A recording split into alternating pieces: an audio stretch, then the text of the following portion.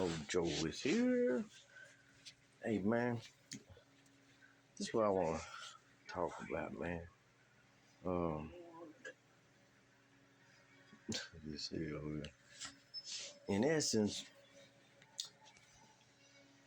when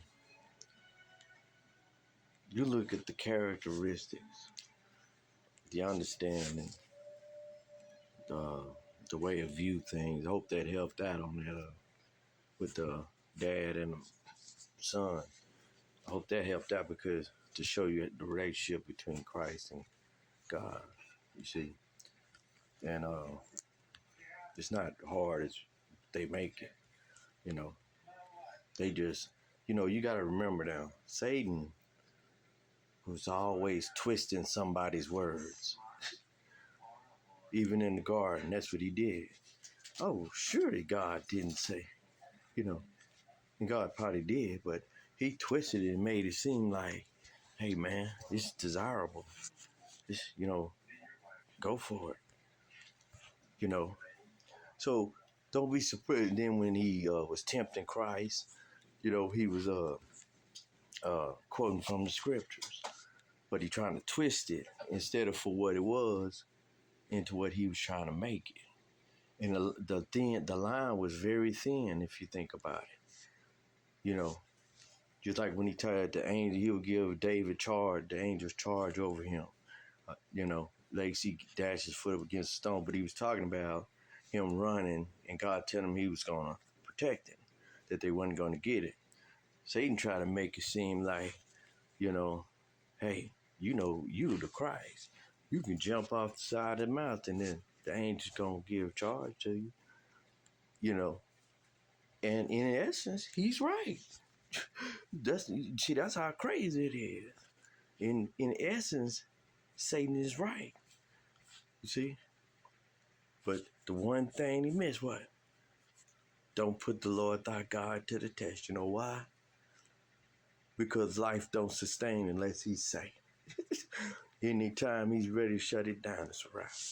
And can't nobody do nothing about it. That's why. So don't put him to the test.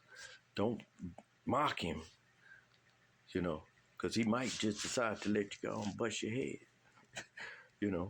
That's what he. So Satan is very good at twisting the words to the slightest little bitty meaning of otherwise. That's why you have to read the scriptures very careful, So that, okay, if he's known for twisting words, what would be the best place to twist the word? Right? And that's what? Religion. But the Bible, after Christ gone and Constantine over, and it was perfect. He could take most of the truth and twist it just slightly in certain places to keep everybody serving him. And that's exactly what he did.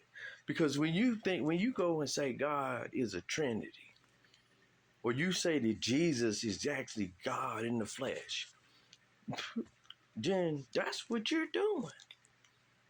It's following Satan. Because that's a triune God. That's another God. Because the true God is what? One. And the Word of God was his first creation, who we call Christ. The I am. That's why ain't nobody seen God at any time, because Christ is there. Been there. And he's going back there. And he's already there. And he's king, waiting for what's done on earth as it is in heaven. See, the things that are spirit, things that are flesh. What plays out in the spirit realm plays out in the physical realm. It starts in the spiritual first. Because you got two sides jockeying.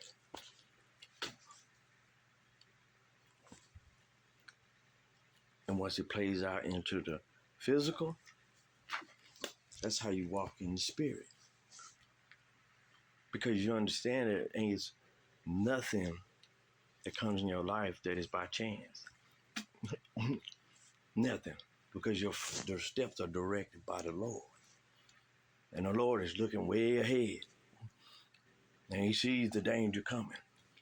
He sees the liars. He's watching all that at one time. So he got to maneuver you to where you make it to that spot. You see? And that's what they're doing. Back and forth, back and forth. And everything depends on you. What it depends on you is what you do when that time comes. Are you going to do the wrong thing and give credence to what Satan says? Or are you going to do the right thing and give God? And people fail over and over and over. Day to day, man, we going to be what we be, man. That's not just because you're sitting down eating ice cream don't mean that you're sinning. Or going to hell. Shit, that's that kind of junk. You're just living life. But there's going to come times when you're going to have situations where you're going to have to make the right choice if you want to move up spiritually. And then and the higher it get, the harder it get. Ones where, you got one where something's right in you, those tests, and those ones, the lady dropped her money, are you going to pick it up and give it to her?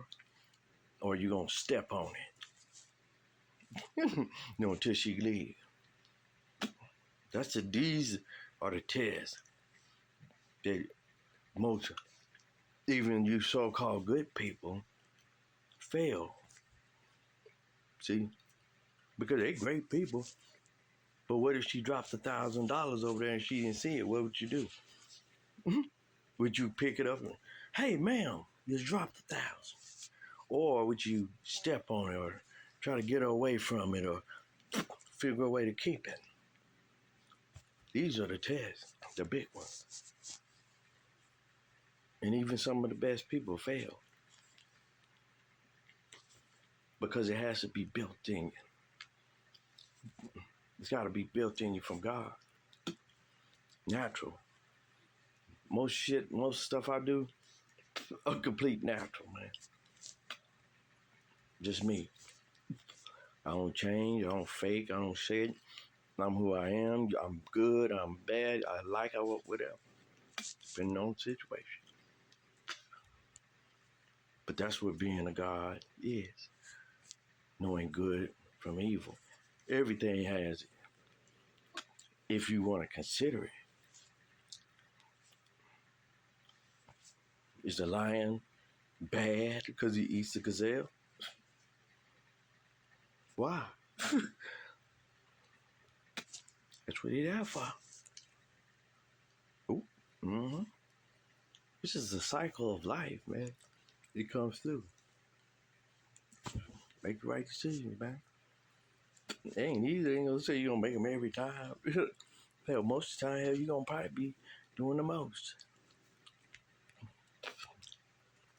But if your wife is at home and you hanging out with the boys, don't cheat on your wife, man. You see what I'm saying? Don't cheat on your wife. Tell your boys now and get your butt back home. Run if you got to. You know, those kind of decisions, man. And it all starts in the heart. You keeping your heart from being corrupt, man. The body is the flesh, man. You're going to sin. But you want to make sure your heart. That's why Jesus said the uncleanness comes from the heart, man. It's not what goes into a man, but what comes out. See, that's what defiles you, man. Because you got people with some very wicked hearts, man. I'm serious, man.